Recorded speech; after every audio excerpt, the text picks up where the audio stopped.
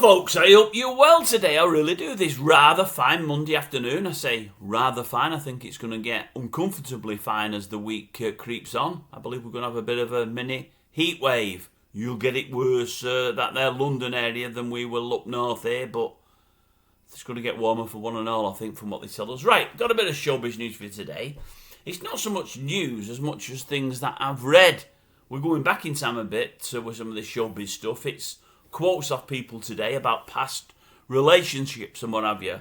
Read something earlier today by, is it Anne Friel? Anne Friel, remember her old Beth from Brookside, and she starred in many things since, Marcella being one of them. She's saying she's always been a bit upset with the way she was treated by Darren Day. Darren Day, the old, would you call him a pop star? What would you call him?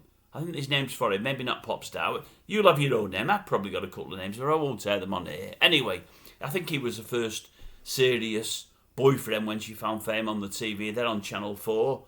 They went out for a while, and I think he proposed to her, and I think he offered her a £30,000 engagement ring, I read.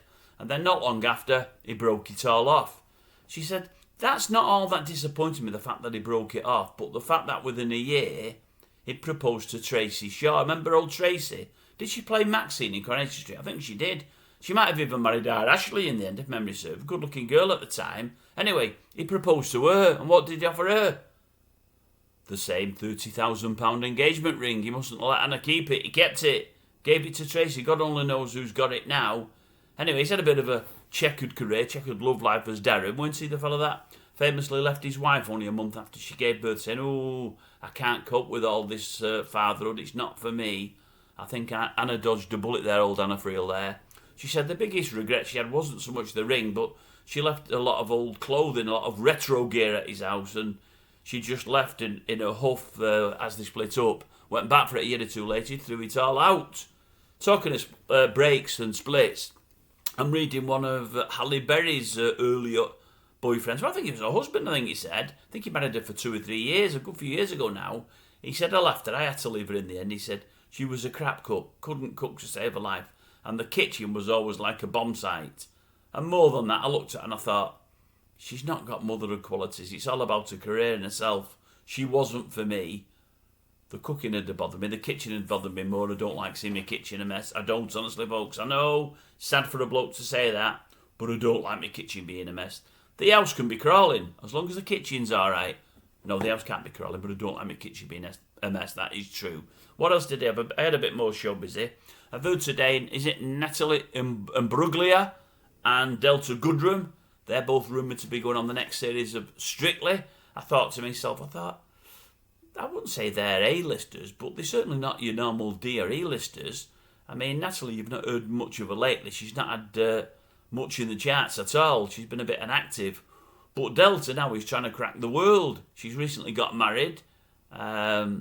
She does very well in that there Australia. She's trying to do more in Europe. I wouldn't have thought Strictly would be for her. Maybe she's putting a mush out there, I don't know. But it's a very nice mush. I might be watching it myself if she's on it. Biddy Baxter. Biddy. She was an old Biddy. 92. She got to 92. She was the lady, I believe a bit of a force of nature, behind Blue Peter. She's just died. 92. Not a bad innings. Not a bad innings. Bradman's not any more better than that. And then Patrick Keelty. Well, I read this yesterday, but I just thought I'd tell you today. His family have come out and they said, oh, we knew it was going to end in tears. There was no doubt about it.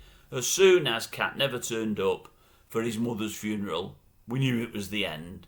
Well, I'll tell you what. I don't know Patrick Keelty or Cat Dealer. Well, I say I don't know him. I don't know him in person. They're certainly not family members. But I said the same myself 3 months ago when the funeral was on. I said, that's something wrong there. Something wrong there. Only a little trip across the water there. And she's not even bothered to go to the funeral. No. Something amiss. And, as it proved, 2 or 3 months later, finito, all over, separate houses, and doing a bit of a share out of the cash, I would imagine, soon. And then she's got to decide whether to stay over here and work the long hours of this morning. Not that they're long, but they get up early and start early. Or go to America for them, their riches. They like her in America, you know. They do. Patrick won't be happy though if she goes over there with kids. Anyway, that's it. Nothing else to tell you. Nothing else is happening. I can only give you what I can give you. That's today's Showbiz News.